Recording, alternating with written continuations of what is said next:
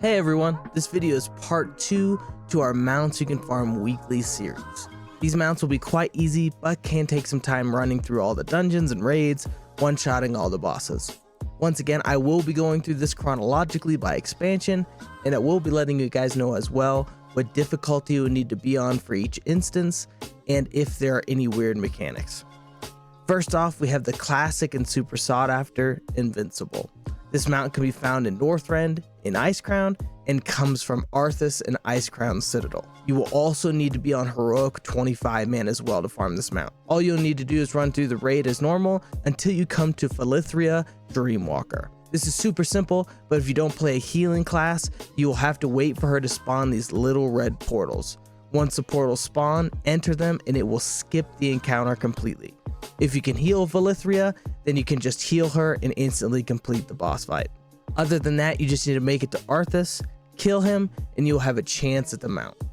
The next mount we have on our list is the Drake of the North Winds, which comes from the Vortex Pinnacle dungeon in Uldum. You can do this dungeon on both normal or heroic, so you can have 2 chances at the mount a week. We will only be fighting the first 2 bosses, and the second boss, Alteris, is the one who has a chance to drop the mount. The third mount we will be discussing is the Iron Hoof Destroyer. This mount can be found in Draenor, in Gorgrund, in the Blackrock Foundry raid. You will also need to make sure you are on Mythic difficulty as well to get a chance at the mount. The mount drops from the final boss, Blackhand, so you'll just need to go through the raid killing all the bosses in order to get to Blackhand. There is a quest skip that you can grab from an NPC after killing the Iron Maiden's boss.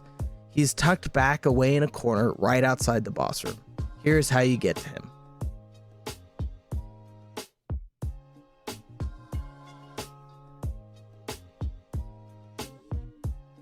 Once you find him, accept his quest, and eventually after doing the raid a few times and getting the items he wants that drop from the bosses in the raid, you will be able to skip directly to Blackhand. The 4th and 5th mounts we will be discussing are the Felblaze Infernal and the Hellfire Infernal. Both of these mounts come from Mythic Nighthold, which is located in the Broken Isles in Suramar. Like the previous farms, all you will need to do is kill all the raid bosses in order to get to the final boss, Gul'dan. Once you get to Gul'dan, kill him and you'll have a chance at both mounts dropping. You can farm the Felblaze Infernal on normal and heroic if you like, but since we are not doing it on Mythic difficulty, you will not have a chance at the Hellfire Infernal dropping. Next up, we have the Underrot Crawg. This mount can be found in Mythic Underrot, which is located in Zandalar in Nazmir. For this mount, just kill all the bosses, and the final boss will have a chance of dropping this mount. The 7th mount on this list is Sharkbait. This mount comes from Mythic Freehold, which is located in Kultiris in Tiragard Sound. This will be the easiest farm of the entire video because all you have to do is skip all the bosses and trash mobs, and the only boss you'll have to kill is the last boss, Harlan Sweet, who has a chance to drop them out.